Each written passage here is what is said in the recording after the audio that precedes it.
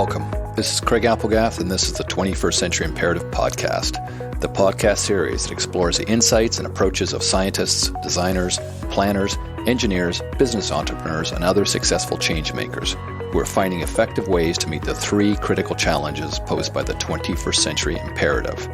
These are: how will we continue to live on our planet without destroying our biosphere?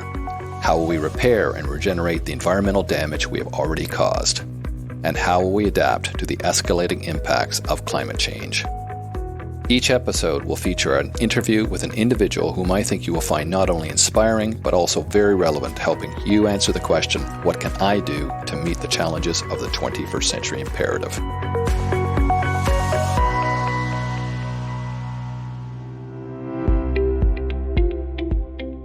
This episode is the second installment of our new series of 21st Century Cleantech episodes.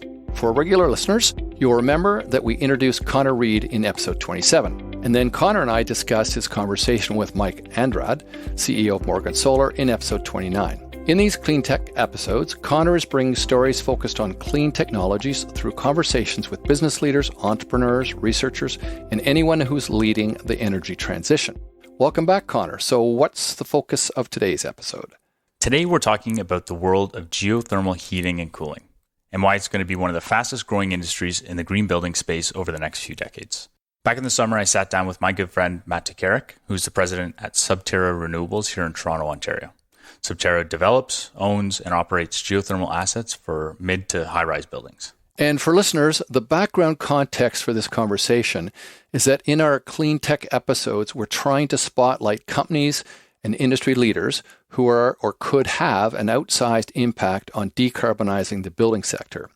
When we look at jurisdictions like Ontario that have relatively clean electrical grids, most of the greenhouse gas emissions therefore are associated with buildings and come from space heating. Yeah, that's it exactly, Craig. And if we dig into the numbers, according to the carbon emissions inventory for the GTA, the Greater Toronto Area, which was produced by the Atmospheric Fund, buildings are the largest source of GHG emissions in the GTA. They account for just under 43% of all recorded emissions. Transportation is the number two source, accounting for 34%, and industrial uses are in third place at 19% of emissions. But, here's the important part. Of the 24 megatons of emissions that came from buildings in 2018, 92% of that came from fossil fuels used for space and water heating. The other 8% came from electricity. So basically, space and water heating is the big thing to figure out. And that's what Matt's going to talk about. That's it, yeah. And now that's not the case in all provinces and all states. It is the case here in Ontario. But for example, in Washington, D.C., electricity is almost 10 times more carbon intensive than electricity in Ontario. But also in Washington, D.C., they've committed to fully decarbonizing their electrical grid by 2032. So in actuality, those emissions will disappear without developers and building owners really having to do a thing. More and more jurisdictions are making similar commitments to decarbonize their electricity sector too. So in those cases, the thing that still remains is emissions from on-site combustion for space heating and hot water. And the way I think about this is that when people think about renewable energy, yes, think about PV panels, think about wind turbines, which we do, but also, and almost more importantly, we should be thinking about heat pumps, like geothermal systems that can electrify and decarbonize our building heating systems. That's a great background to have going into our conversation with Matt, and a good segue for you to tell listeners more about Matt's background. So Matt Tokarik is the president of Subterra Renewables, a renewable energy developer who designs, builds, owns, and operates geothermal heating and cooling systems across North America, with the goal of significantly reducing greenhouse gas emissions and ultimately reaching net zero building operation.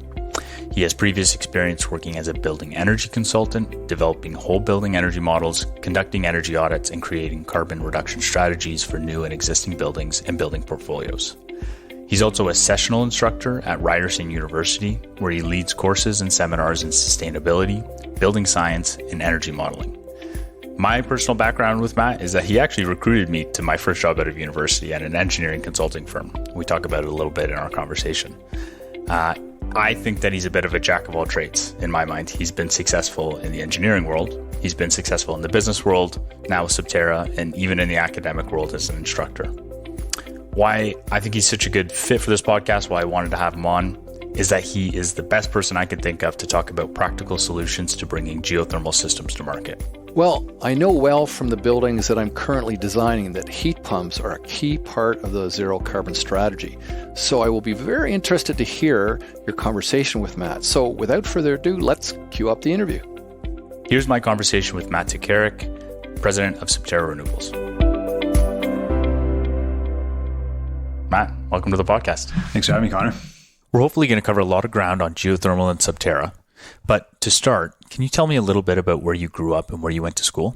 I grew up in a city called St. Albert, Alberta, which is on the northwest side of Edmonton. It's basically like saying you're from Toronto when you live in Scarborough or Mississauga. It's connected. It's right there. Went to school in Edmonton proper, University of Alberta, and loved growing up there, but wanted to see what else is out there. And in 2012, ended up going back to school after my undergrad. I had never been to Toronto, but thought the opportunity was going to be interesting. And my girlfriend and I packed up our car and drove across the country, which was a cool experience. I thought I was going to be a structural engineer. That was my plan. And then sort of realized that it was largely figured out. Like there's certainly cool things to do in structures, but we have known how to put a structure up for the better part of 50 or 100 years, and they're still standing. I started getting interested in the world of building science, which was sort of a new term to me at the time. And the world of building science can mean a bunch of different things, but to me, it sort of comes down to heat, air, moisture, and energy transport. Building physics is another way to look at it. And there's a really big and interesting Rubik's Cube here to solve, because we want to save energy and we want to use sustainable materials, but at the same time, we still need to make the building look beautiful, and we want to make sure that people enjoy the experience of the building. We want to make sure that it stands. We want to make sure that it's not going to burn down. All these sort of factors need to fit into this puzzle. And so I got really interested in that world, and I ended up applying to school here and got into Ryerson. I did a master's there in the building science program between 2012 and 15. And once I was there, did all the building physics stuff, but really got interested in energy efficiency and how energy is used in a building. And that's sort of what really started me into this career path and into this world that we're in now. So after graduating from Ryerson, I think you went into consulting. You did that for a few years, and then you've made your move to the other side of the industry, and now you're at Subterra. So right out of school, out of my master's program, where I started actually doing some consulting work and ended up launching a company, an energy consulting firm out of school, which, is sort of atypical from the path that most people take. And so we were, we had this cool young company. We raised, or I shouldn't say raised, we were able to win grants. We were very good at collecting money from Ryerson and from the government and stuff. And we won close to probably $100,000 in seed money. So we operated that company for a few years. And again, I made the conscious decision to go backwards and say, hey, this is really interesting to me. I really want to understand how businesses work. And, my worst case scenario is that we fail and I'm a very employable engineer, and I get to go back to where I would have been had I not given this a shot. And so we took the leap, and we were modestly successful, but we ended up both taking a job after it's all said and done at Morrison Hershfield, which is a mid-sized consulting firm across Canada and into the States.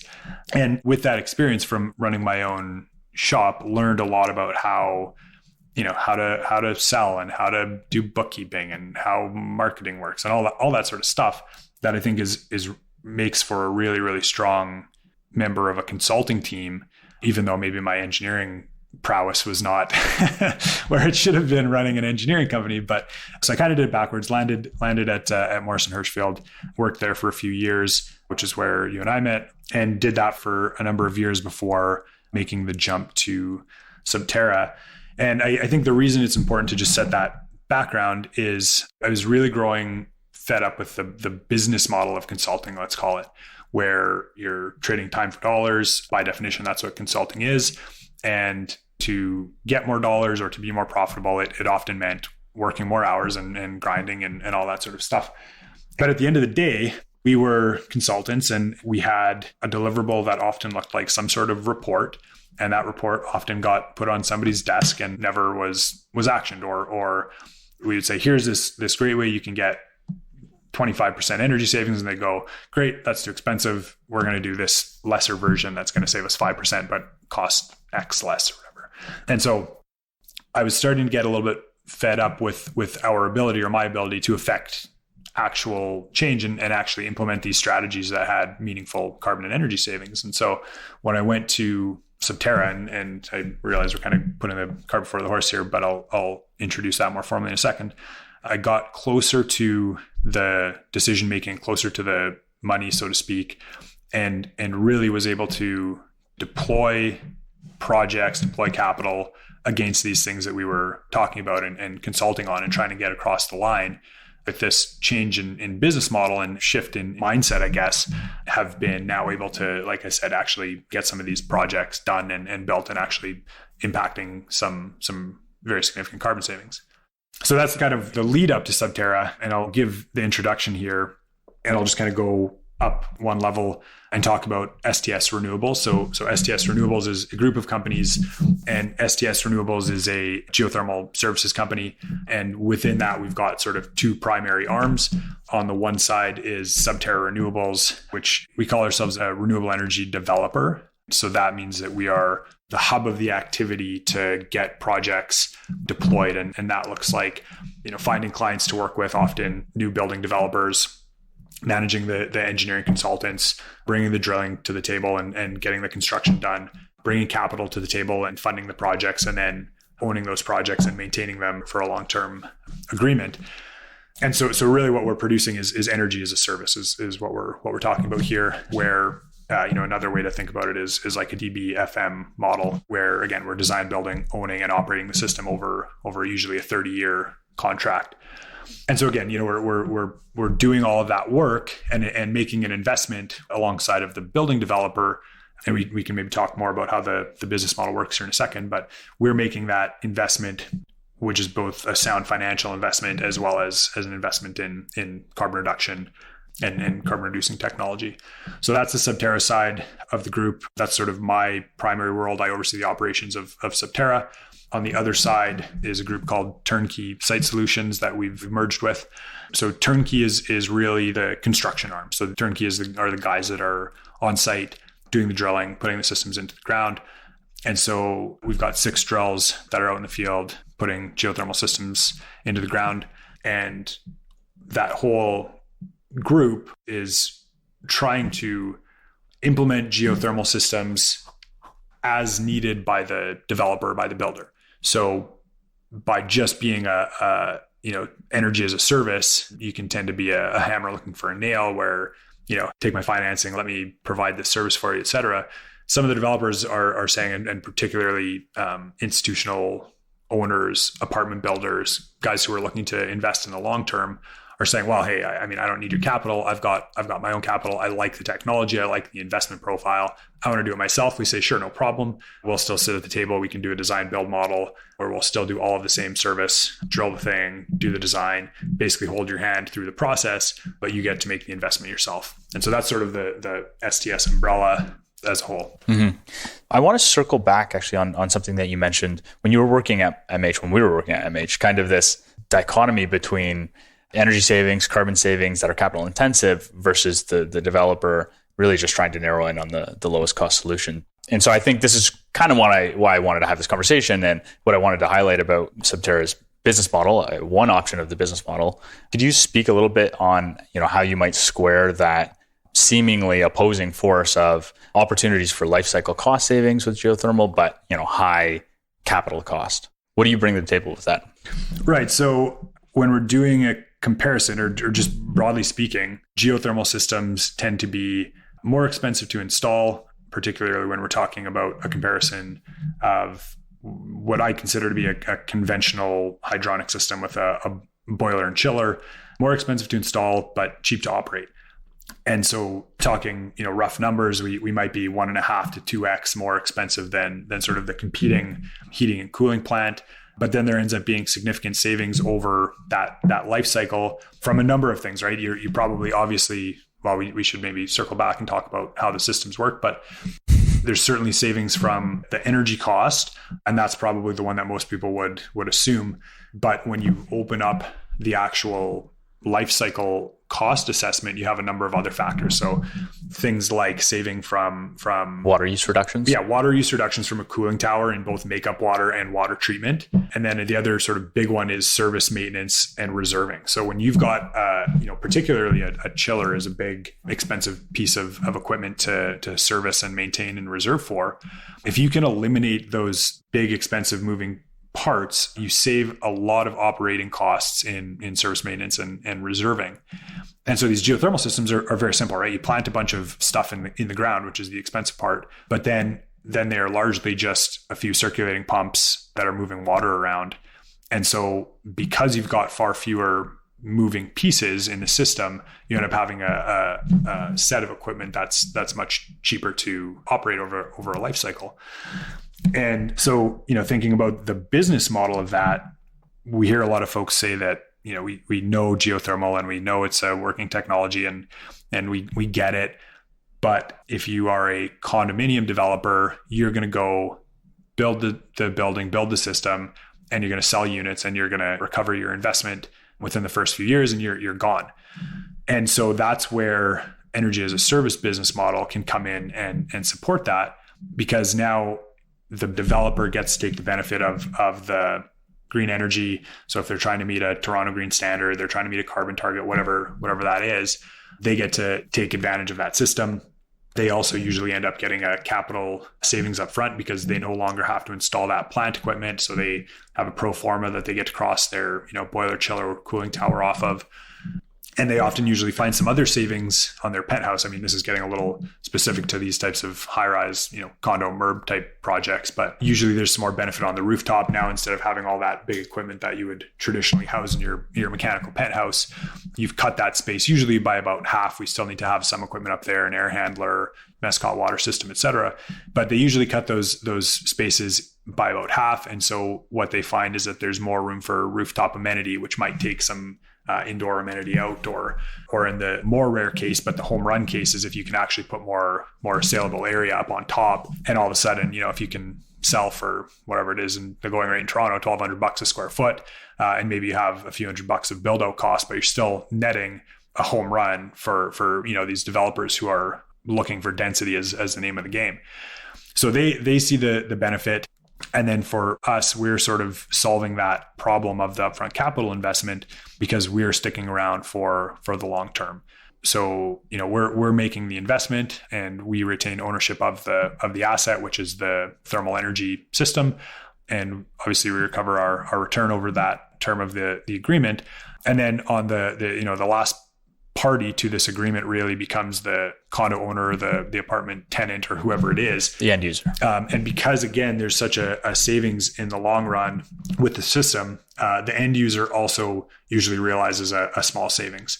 And so when you do all that math, the end user again is always going to be neutral, and oftentimes they can be a little bit ahead. And so they're realizing that savings, and particularly as we start thinking about future energy prices and a carbon tax that's increasing at a rapid rate, that's going to basically double the cost of natural gas moving forward, they're going to have some really good hedging against those future prices, and know what the price is going to be from that utility standpoint. Yeah, and actually, this is a question I've been meaning to ask you. So we're talking about co-benefits here. You're talking about water use reductions and space savings and potential hedging for end users. It's more traditional in Toronto to actually locate all your mechanical equipment on a mechanical penthouse. So obviously here you're relocating most of your equipment into the parkade or into the lower levels of the building.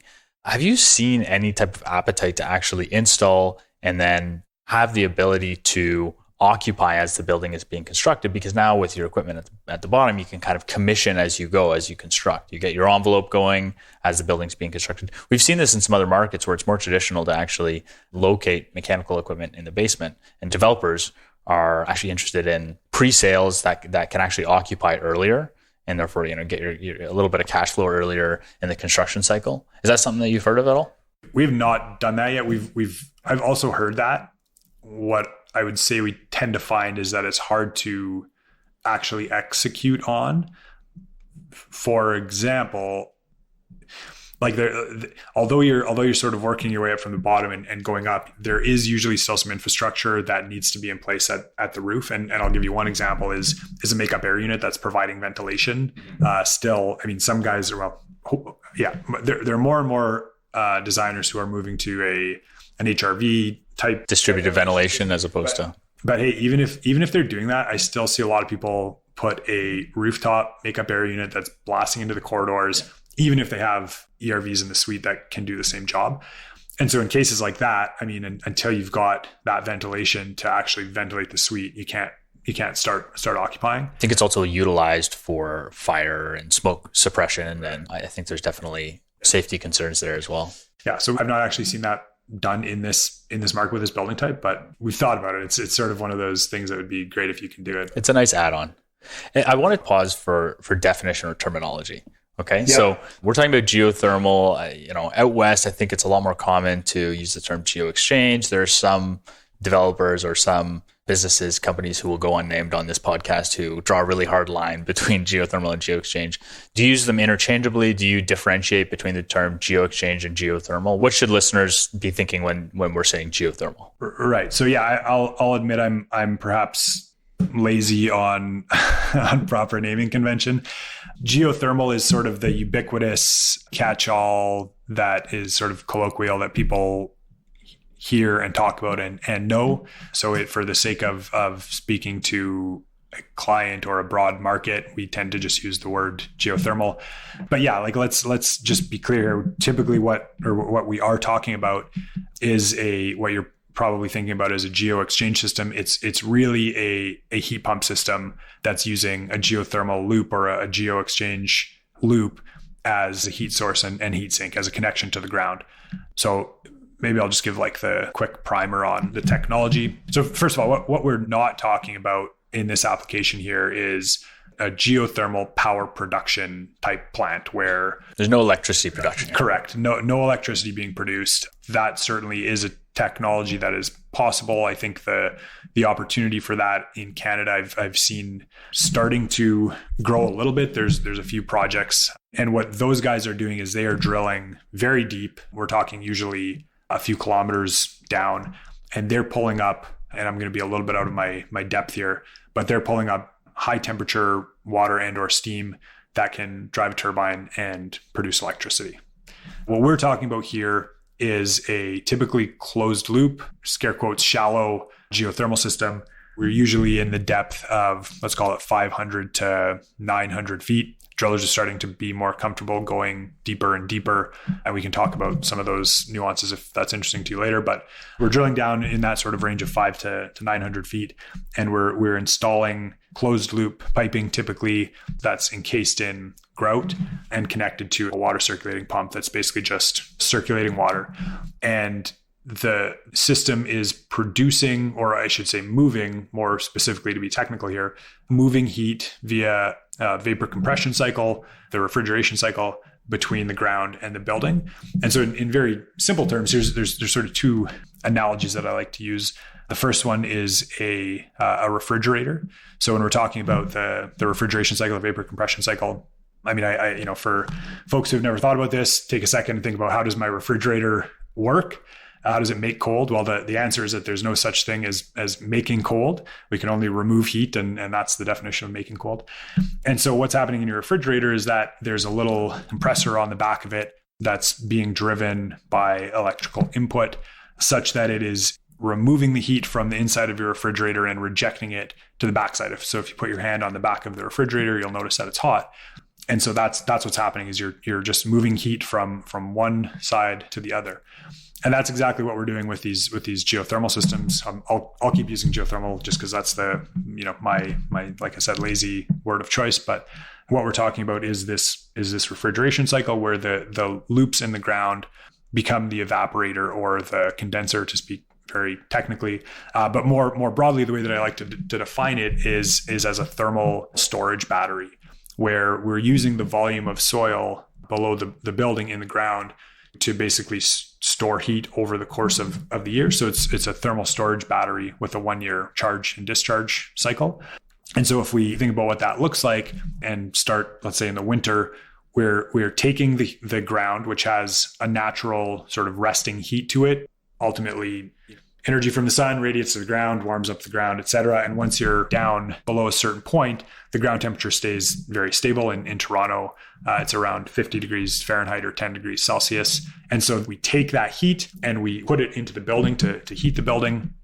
And so, just thinking about the laws of physics and thermodynamics, as you remove heat from one thing and put it somewhere else, you lower the temperature of that thing you're pulling from. So we pull the heat out of the ground, put it into the building, which lowers the temperature of the ground. And then in the cooling season, when we are cooling the building, which again is really just removing the heat, we pull the heat out of the building and store it back in the ground. And so we heat the ground back up. And so if you look at it from the standpoint of the building, you're just heating and cooling the building. If you're looking at it from the standpoint of the ground, we're also heating and cooling the ground, where again, in the wintertime, we pull that heat out of the ground. And in the summertime, we put it back in the ground. So you have this sort of oscillating curve of ground temperature over the year as you change the temperature. So that's sort of the semi-technical description. From an occupant standpoint, from a user standpoint, there's no difference. You wouldn't see any difference. You have usually a small heat pump in your unit like you would have normally, and all you do is interface with the thermostat to provide heating and cooling, but really it's no different from a user standpoint. When you press up, it gets hotter, and when you press down, it gets cooler. It's that easy. I'll just say here, like this, what we're doing here is not bringing a new technology to market. This stuff has been in place for decades, 50, 60 years at least, and we're not doing anything new here. We're just sort of finding a creative way to put the whole package together and deliver, what the market is asking for now. Right, which I think leads into the next question, which is, if it's been around for 50, 60 years, why are we seeing an uptick in geothermal? And why are we seeing an uptick in geothermal installation and interest in geothermal now? So geothermal systems are two things. One, they are extremely energy efficient. So if we compare to a conventional combustion system, that being your boiler or your furnace, that has an efficiency of 70, 80, 90, 95% nowadays, you're still getting less output than you have going in. So, you put 1 unit of energy into the system, usually natural gas, and you get 0.95 units of heating energy out. The cool thing about these heat pump systems is that because of this refrigeration cycle, these systems become ultra efficient. And when we're talking ultra efficient, we're talking usually something like 400% efficient or 500% efficient, as opposed to your 95% efficiency. So instead of putting in 1 unit and getting 0.95 units out, we're putting in 1 unit of energy, and that energy in this case is electricity as opposed to natural gas. But after putting in that one unit of energy in, we're getting 4 units of heating energy out. So that produces a really, really energy efficient system that has, heating and cooling savings in the, we'll usually quote something like 50 to 75% total energy, heating and cooling energy savings, which is, a remarkable quantum jump in energy savings. The other really cool thing that it does is that it fuel switches. So instead of, again, burning our fossil fuels, our natural gas, typically here in Canada anyways, in the States, you might be thinking about propane or fuel oil or what have you. But instead of burning that natural gas on site, now we are taking electricity from the grid and using that to drive this heating and cooling cycle.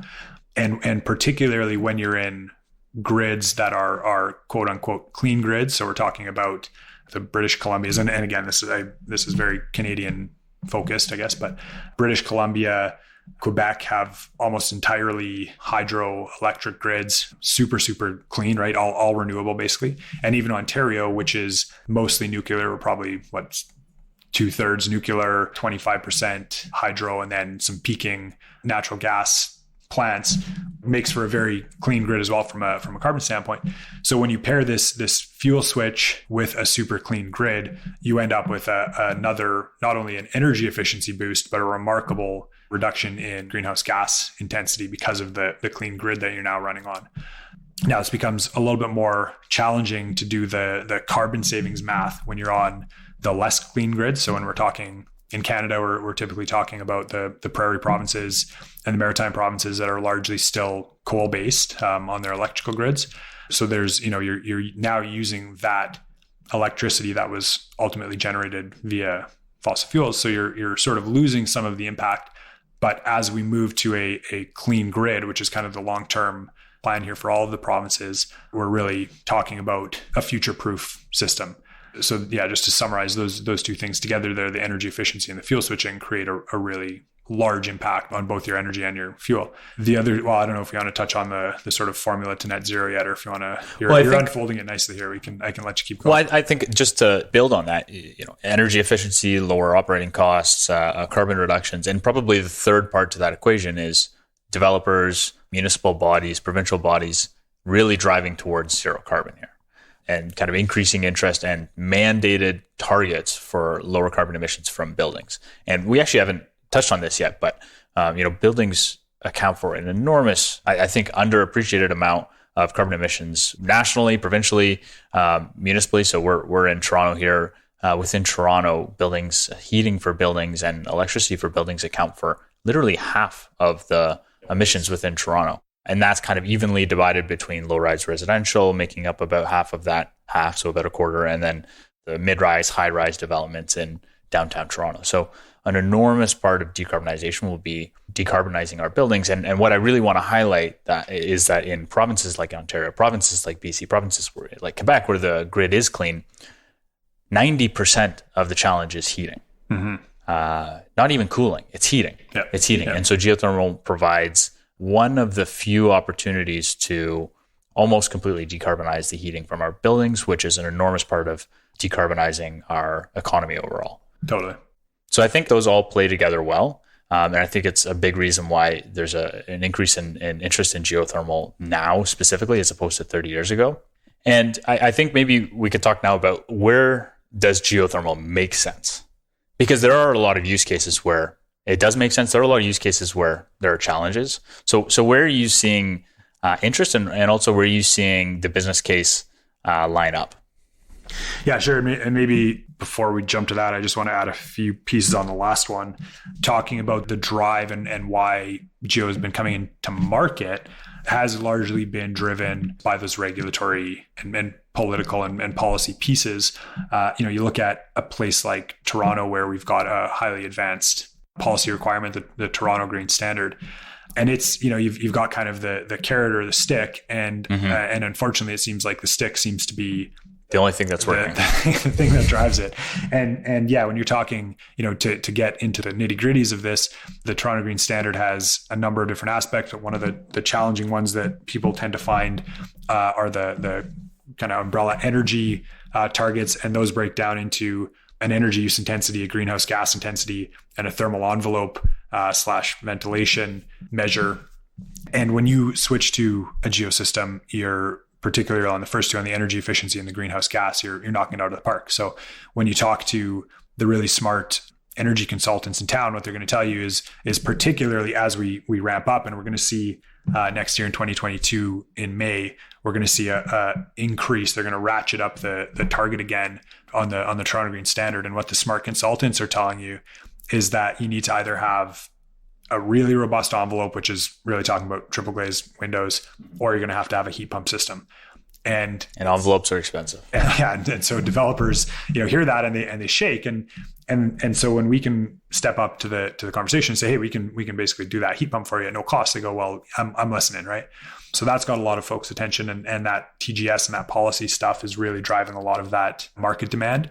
And then the other thing I just want to touch on here is, as I think we're going to start talking about kind of high performance and net zero, maybe more specifically, this is part of that formula. So the way to address the building stock, which is, like you said, in cities, we're talking at least half of the GHG emissions, is not a secret. We're not waiting for some secret technology. Everybody always, has the vision of just plastering PV panels all over the buildings, which is part of the formula, but it's going at it backwards, right? Like again, this is a known formula, and it's this simple. It's reduce your building loads, and that means improving your thermal envelope and reducing your internal loads, selecting an efficient mechanical system, and usually that means a fuel switching scenario where you're going to a heat pump. And the third one is then produce, but you only start producing after you've addressed those first two. And by producing, you mean generate renewable energy. Bingo. Yeah. Generate renewable energy. You can either do that on site, and that's where we start talking about our PV systems onto the roof or whatever, or buy the clean energy from the grid.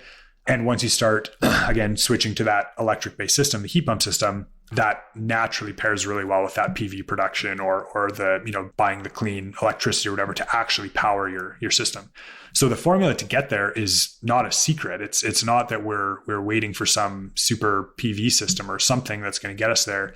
It's a formulaic approach. It's engineering that we know how to do. It's just a matter of implementing it. I hope you're enjoying this episode of the 21st Century Imperative podcast. We've certainly enjoyed producing it. As you know, 21st Century is a not-for-profit venture, but we still have production costs. So to help cover these costs, we've launched a new online store with all proceeds going to cover production. And we have some great products for you. We have organic, fair trade t-shirts and hoodies, as well as non-toxic, BPA-free coffee containers, all with great graphics. So if you like the podcast, please think about helping us out by buying a t-shirt, hoodie, or mug for you and one for each of your friends. Head over to our website at tfcipodcast.com and click on the 21st Century Store button. Okay, so why don't we talk now a little bit about where does geothermal make sense and where is it challenging?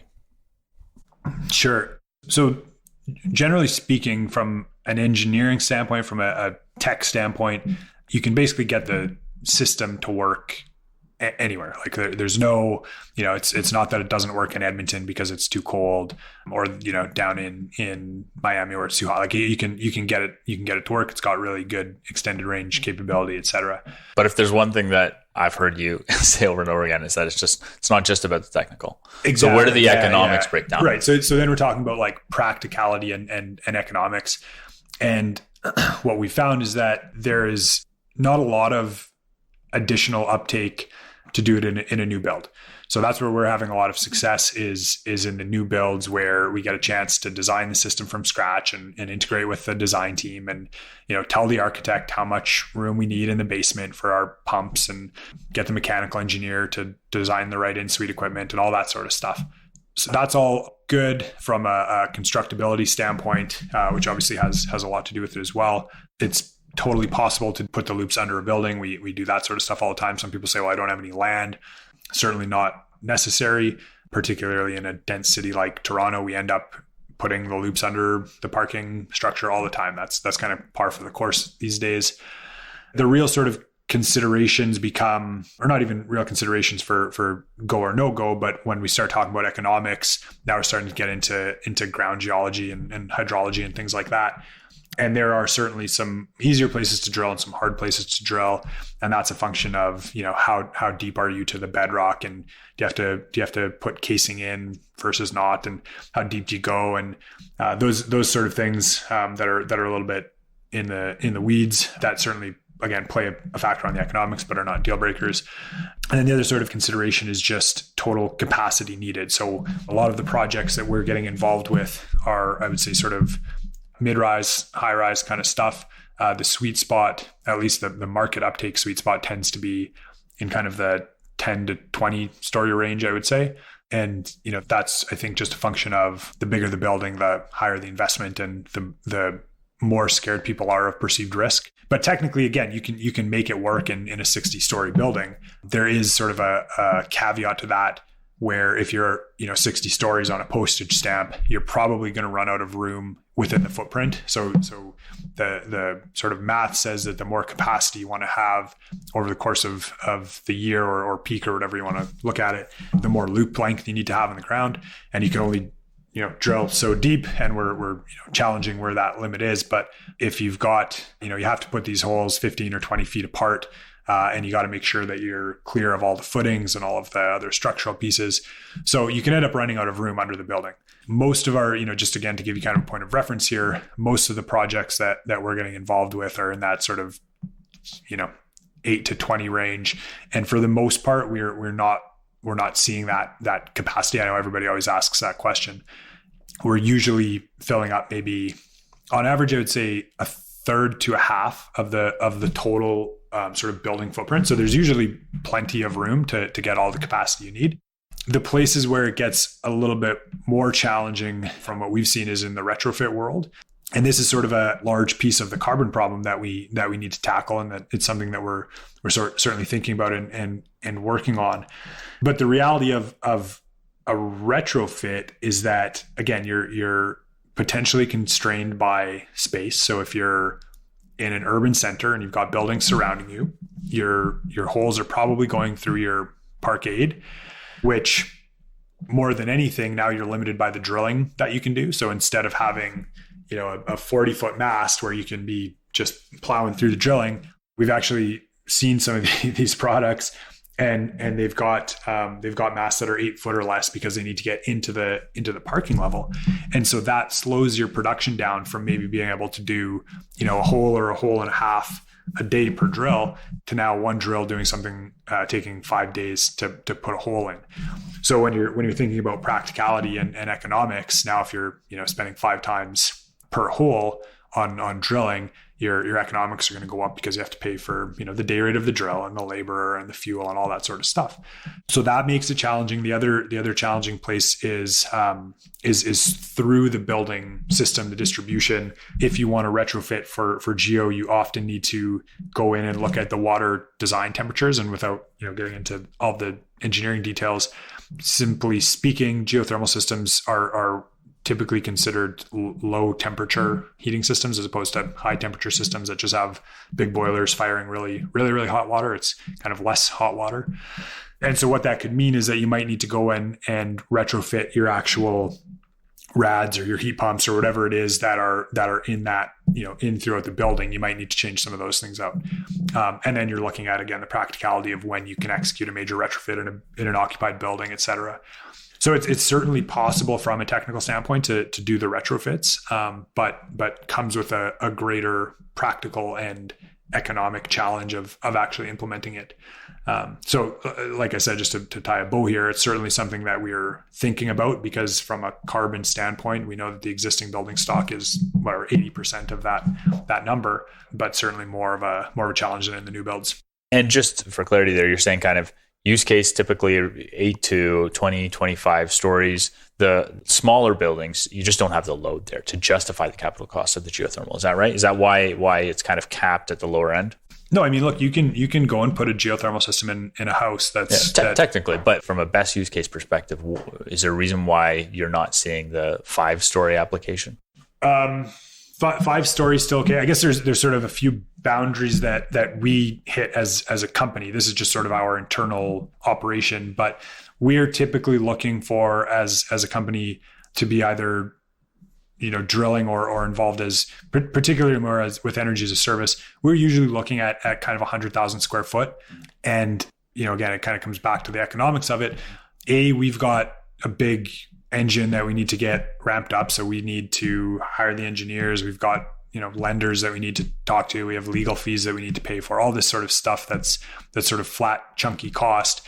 And if we get below a certain threshold of total capital spend and total gross revenue, let's say, there's just a point where the practicality of it falls off. Like we just need, there's a threshold to get out of bed, to sort of speak plainly. So that's for us sort of one of the things that we face. The other thing I'll say from a building typology standpoint is that the economic case for switching becomes more challenging when you don't have a central plant.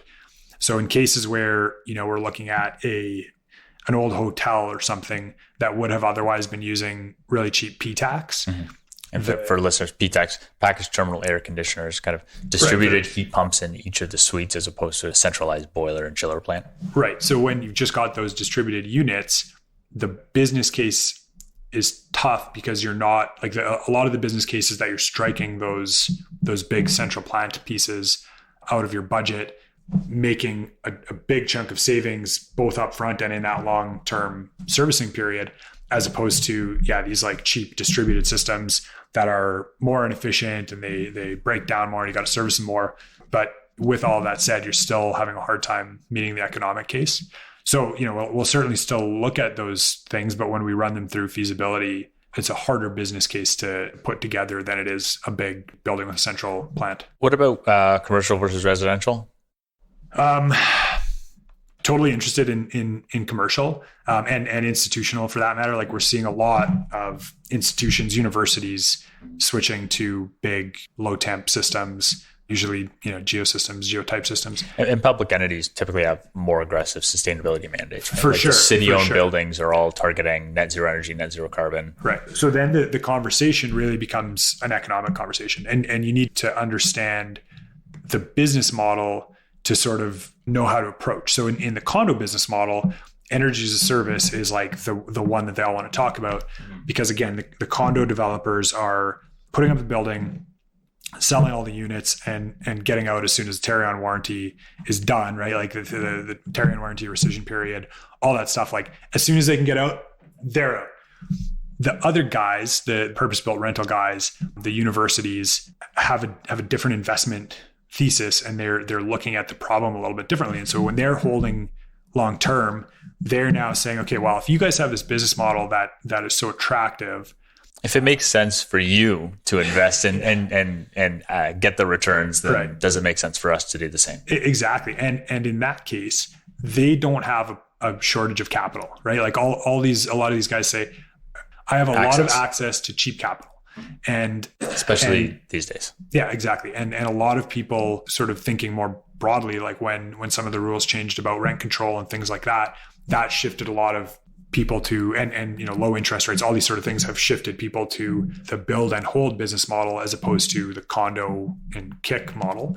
And so they say, hey, this is a great business opportunity. I like the technology. I know it's not new. I know you guys can do it. I just want to put my capital up. And so if build and hold apartment investor wants to do that, then we'll totally partner with them. And in that case, so this is where you're acting as the developer, right? So you're taking a fee for your services, but you're not putting up the capital for the exactly. Yeah, in that case, we call that our design build model. Yep. But yeah, we're giving them all of the same service, but instead of spending our capital, we use their capital. They retain ownership of the system, but everything else is exactly the same. And so when you're asking about building type, the building of commercial versus multi-unit res, both work really well with geo. The thing you need to think about is the business case behind those types of buildings, which is different. And so, our whole service offering, again, is trying not to be hammer finding a nail, but more about let's go to the market and respond to what the demand is. And so in these cases, the universities, again, they have access to capital and they just want you to drill the holes, basically, right? So we're happy to be involved in that sort of world as well. Are you guys looking at new markets? Are you getting out of Toronto anytime soon? Yeah. So we are absolutely looking at new markets. We've partnered with a group called Earth Drilling out of Western Canada. And when you say West, the first thing that would come to mind for me is Vancouver. But are you looking at Edmonton first? Well, so yeah, I mean, there's sort of a Venn diagram that we need to cover of like, where are people building and really where is their tailwinds pushing towards green building? Yeah. Because you're right. Like a lot of folks in Edmonton are still, I don't know, like we'll just put a big boiler in or whatever. So I would put that intersection, I would think Vancouver. Totally. Yeah. So 100%. So you're thinking Vancouver, you're thinking Toronto, you're thinking, Montreal, you're thinking New York, you're thinking Colorado, those kinds of places that have that sort of Venn diagram. So we've, without saying too much else, we've got a few conversations with different folks going in the States because like absolutely want to be sort of top to bottom North America wide. Yeah. The tough part about BC is that it's a regulated market. Yeah, BC. Exactly. So there's only so much money you can make there. Yeah. And I mean, that's the thing is every time you get into a new market, you need to educate yourself because the easy ones are different utility structures, like you said, BCUC, I think is the BCUC, term. Yeah. The regulated BC market. Building codes are different. Drilling conditions are different. There's certainly some lift that you need to have to get into those new markets. And just the reality of selling to these types of folks too, is that it's very relationship based and it's somewhat difficult to be a new kid on the block and just go in and start doing this type of work. So our approach to sort of spearhead into these new markets is sort of leading with drillers and folks who are kind of already doing it. And we can say, hey, we're going to get in and we can bolt on this energy as a service package on the projects you're already going to drill. What about clients or customers who are operating in both markets, who are in Toronto that might be able to bridge you into new markets? That's what I would imagine to be the easiest entryway in. Yeah, I mean, there are certainly The big REITs for sure. Yeah. And some of the developers even have offices across Canada. That is a way to do it. I tend to find that those guys still sort of operate locally. Real estate's so regional, right? Yeah, exactly. What about any other technology partnerships that you guys are looking at? The first thing that comes to mind to me is that you're operating so many large electrical infrastructure assets. Yeah. And we kind of talked about this already before, that in Ontario, you're just bombarded with peak demand charges. It's such a huge part of your utility bill. And I would imagine there might be an opportunity to maybe aggregate those and partner with a utility aggregator to have some type of demand response play. Is that on your radar at all? Yeah, it is. Like I've had conversations with folks from the battery world, the BIPV world, the thermal solar world, controls and like SaaS optimization type stuff. Like we've had those conversations with a bunch of different folks. The challenge again is that there's every time you want to try to get into a new technology, there's a bunch of lift required to understand, all those things I just said. How does the tech work? How does, what are the regs that go around this? How do you install it? You need to be in and kind of friendly with the marketplace. And we've looked at that and said, hey, we are getting already into these talks with these guys, and we're in early stages. Like, can we look at other technologies and have, deploy a similar business model? So you're thinking of actually deploying these other technologies yourself, as opposed to maybe partnering with other. Well, I think the way that we would still probably do it is partner. Yeah. Just from it takes a lot of work to get off the ground with those sort of things. But at the end of the day, we get excited by these technologies and we look at them and we're like, this would be great. Wouldn't it be awesome? And so as a business, though, we need to sort of take a step back and say, okay, we've got this strategic direction and we've only got so many hours in the day and so many resources. And so we need to sort of be disciplined and think about how we want to approach that. Early 2021, we had a bunch of sort of strategy talks as a business. And we said, hey, there's stuff going on in the market, COVID related stuff. Are there other technologies or market classes or building types or physical locations that we should be looking at to try to hedge against market downturn, potential market downturn, or like what's going to happen with the economy? Fortunately, things have continued to be so freaking strong locally here because, we've got all these fundamentals on our side. But what happens if the worst case occurs and all of a sudden this condo market falls out and we're very much in on the new build side of things? Like that's very much what our business is around right now. And we looked at it and we said, here's all these different things that we could approach. And ultimately we made a strategic decision at the beginning of the year to go all in on Geo. And so that means going all in as a full service provider, bringing these pieces, vertically integrating in the Geo world and starting to bring these other services in-house and be the biggest, baddest Geo services provider across North America is really what we're trying to do here, as opposed to, being like you're almost in that case like a private equity company trying to deploy a bunch of different technologies, and really all you can do is deploy capital. So again, we just kind of made the decision as a leadership group and said, hey, we're going to go all in on this, and this is really what we're trying to focus on. Yeah, and at the end of the day, you still got a business to run, right? And learning a new business kind of takes away from your That's right. critical path. That's right. Last question for you, and then we'll kind of move towards the wrap up. You've gone from your like hardcore engineering background as a civil engineer, structural engineer. I think engineering is even in your family. My dad was also an engineer for a while, and I feel like I was destined to become from a young age. So you've turned away from your family heritage, the family business, yeah. And you've really, when we're talking here, like your focus is on developing the business. Your focus is on larger macroeconomics and how to actually implement these technologies. And to me, you've moved from being an engineer to a business leader.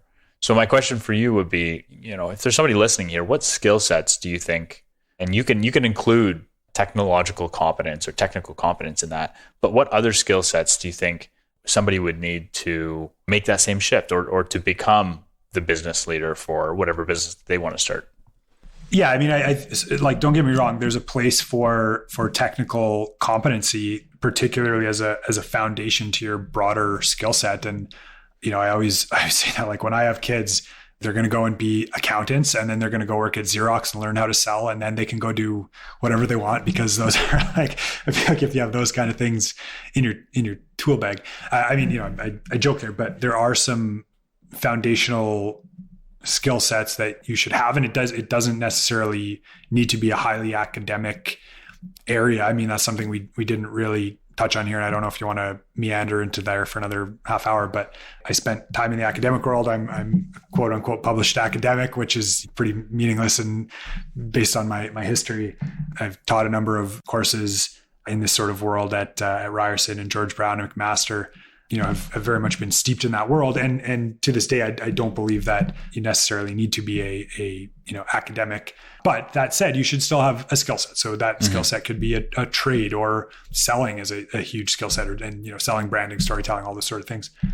You need some sort of foundation, I believe, to sort of build the rest of your career on. And so my sort of foundational skill set was very technical and math, physics, engineering based. And like you said, it was in my blood and I was destined to do it. But I think my view of the world, as I've been in practice and done some different things in business, has really, I would say, shifted in scale. And what I mean by that is I spent a lot of time when I was cutting my teeth very much in the weeds and very much talking about the saving percentage points on, I don't know, like let's pick a 85% efficient ERV instead of a 75. And it was very much like the nuts and bolts of knowing, ASHRAE 90.1 and the NECB inside and out and all that sort of stuff. That was very much where my head, and the Passive House handbook inside and out, right? And now I've sort of shifted my view, I would say, out of the weeds to look at the trees and try to look and think more at a 30,000 foot view. And so the things that I pay attention to now have a lot more to do with what's going on with the macroeconomics and what, again, like, well, how is this person thinking about their business, and what is their business model, and what is their driver, and which political party is in power, because you can see that overnight that can change everything that can change the entire industry. And, thinking about things like, what does this potential inflationary period that we're about to face or potentially face mean for the future of the real estate industry? And like, is the interest rate going to climb and follow that? And those sort of things have a very, very large impact, I feel, on driving the direction of the market that ultimately trickle down into the nitty-gritty engineering work, but directionally have greater impact and can make a change that's 180 degrees. So instead of trying to navigate the change of a few percentage points, those few percentage points don't matter if the ship is going in the other direction tomorrow. And so those are kind of the skills, I guess, and the interests that I spend more time growing and reading about and developing and thinking about to ultimately get to the same end, but via a sort of different path. So maybe develop some skill that you can build your platform on. Doesn't matter if it's accounting or engineering or selling, but once you're there, try and figure out how the world works. Totally, yeah. and where you can fit into it, and where is the ship heading, so that you can maybe adjust that trajectory in the way that you want to. Right. Yeah, that's a really good summary. And I guess just I'll add one more piece to the analogy. And maybe I can sort of tie this back to the conversation we had earlier about, is the most impactful person the one who's sort of on the ground, on the front lines, fighting the fight and maybe doing the grassroots movement, but also a lot of times, being the one on the bleeding edge and getting kicked and all that sort of stuff, who, again, certainly have a place, and there is a lot of work you can do there, but well, and at the end of the day, I mean, you need all those people. I mean, you need people on, to do the actual work. We write reports. Somebody has to actually drill the thing. That's right. And so my point there is like, is that where change is made, or is change made by, the person steering the ship? Mm-hmm. And I would argue that the person steering the ship has a lot more overall impact than the person who's on the front line. And you certainly do need both. And this is something that I sort of have wrestled and continue to wrestle with. But where can you be most impactful in making that change? Yeah, you need every link in a chain, but maybe some of the links in the chain are a bit bigger or a bit more important than others. I think we'll just wrap up with a few high-level questions, and then that'll be it. Who do you look to as, people that you've worked with or people that you're generally aware of? Who do you look to as leaders in your industry? And especially with respect to kind of decarbonization? Sure. Yeah. I mean, look, like there's a lot of smart people that I've worked closely with at again, that sort of project level. I don't know how many names you want to name here, but like I love. You can name drop as many as you'd like. Give some shout outs here. Maybe just because we were talking recently about like Christian, I think is a great thinker, and we've always met eye to eye on intellectual pursuit very well, I think. But I really like the way that he thinks, and he's done some cool stuff in the market. We'll link to some LinkedIn pages in the show notes after here. Perhaps everyone's favorite architect friend, Kevin. Our architect and probably engineer, engineer in disguise as well. Right. Like, there's people like that. And there's countless other great consultants and engineers doing this work that I really respect and look up to and have learned a lot from, frankly, in doing projects and stuff with those types of people. And I maybe should stop there because I don't want to leave people out. And that, just for listeners, that's at Kevin Stelzer. He works at M4 Architects here in Toronto. Right. Those kinds of folks, I think, are the ones who are doing really interesting work at the project level and doing that kind of. And I mean, Christian certainly spent time in the policy world, a lot of time in the policy world. So yeah, like at the project level and at the sort of hands-on level, those guys I really look up to and think they're doing some good stuff. At the more broad level, like I really look up to thinkers like, Bill Gates and Ray Dalio and these guys who are thinking about, all these disparate factors that are again, like take Bill Gates, for example, like he's doing some really interesting stuff. One of his directions is certainly climate change that he's trying to tackle amongst curing disease and all these different things. Right? He's got his hands in all sorts of stuff. But just connecting totally disparate factors and understanding the technology, but also understanding what it means for the policy and what it means to the people who are going to be living in this reality and what it means for the cost and like all those sort of things, bringing it together. That stuff really, really interests me. And Dalio, for example, I mean, he's not really in the conversation of sustainability, but he's again talking about like what's happening in the world at a global scale and how are all these things connected. And I think what I really like about that approach is the low-hanging fruit, or like doing a pretty good job a lot of times. I think I look up to people who think like that, where they don't necessarily over-optimize one particular thing, but they say, hey, broadly speaking, if we can tackle this problem over here and address 50% of the problem or 80% of the problem, as opposed to getting lost in this little tiny circle that's going to optimize us from 1% to 2%, how do we sort of put the macro picture together and make those big shifts and address the really big problems? Because if you address those really big problems, you solve a lot of the challenge, right? Like take it back to the carbon problem. You look at the annual breakdown of greenhouse gases. It's like we need to address the building sector. We need to address the transportation sector. And we need to address the industrial sector. And if we do that, that's 75% of the problem. Whereas I hear folks say things like, well, what about air travel? Like surely jet fuel is causing a huge problem, which it is, right? We're not denying that. But of the total annual breakdown, it's something like 1 or 2%, as opposed to like I said, the 75% that makes up those kind of big other three. So I like people who think about those sort of big, broad problems where we can really affect a lot of change, even if the solution isn't perfect. As long as it's pretty good and we can apply it broadly, we're gonna do a lot of work. Yeah, I think as engineers we have a temperament to over optimize and to get lost in rabbit holes, right? Yeah. Okay, another one for you. Do you have any book recommendations for listeners?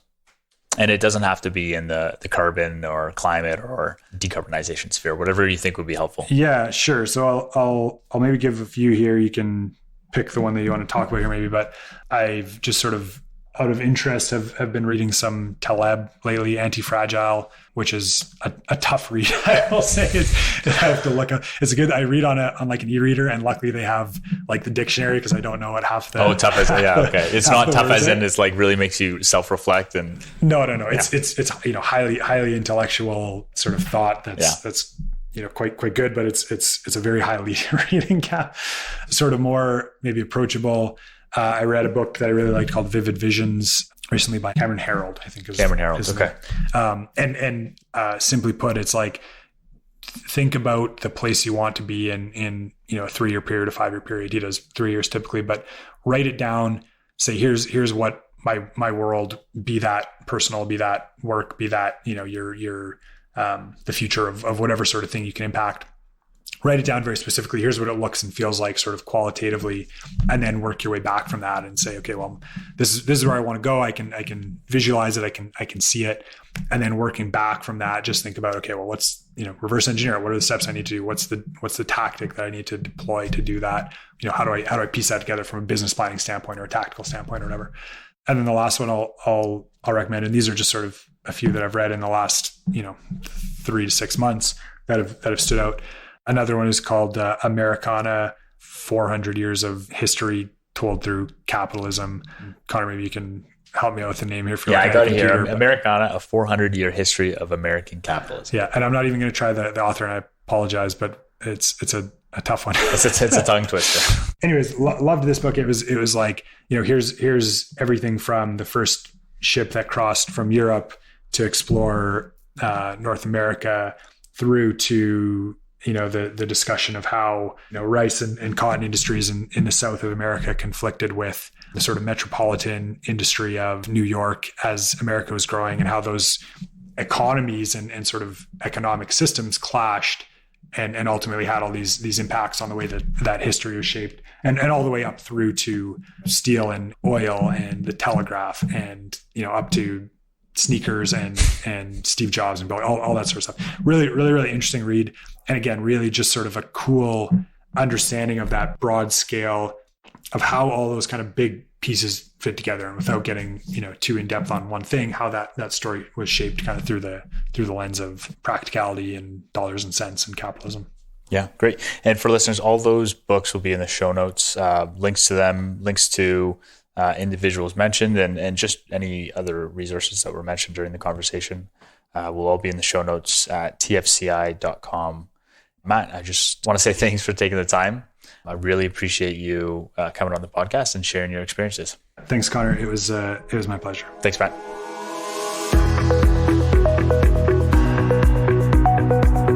You can find links to more information about this podcast and to notes about the books and references we've discussed at tfcipodcast.com. And if you like the podcast, please let us know by rating it on the Apple iTunes podcast website, and by sponsoring the podcast on our Patreon sponsor page at patreon.com/TFCI podcast. This podcast is ad-free and relies entirely on listener support from people like you. So, if you find our podcast interesting and valuable, please consider becoming a patron. Your sponsorship will not only help us cover the cost of production, but we will also be spending 50 cents of every sponsorship dollar to plant trees. To do this, we have formed a partnership with Community Forest International, who will not only be planting seedlings for you, but taking care of them to make sure they continue to grow and absorb carbon dioxide out of the atmosphere. So please head over to the Patreon page and become a sponsor. Until next time, thanks for listening.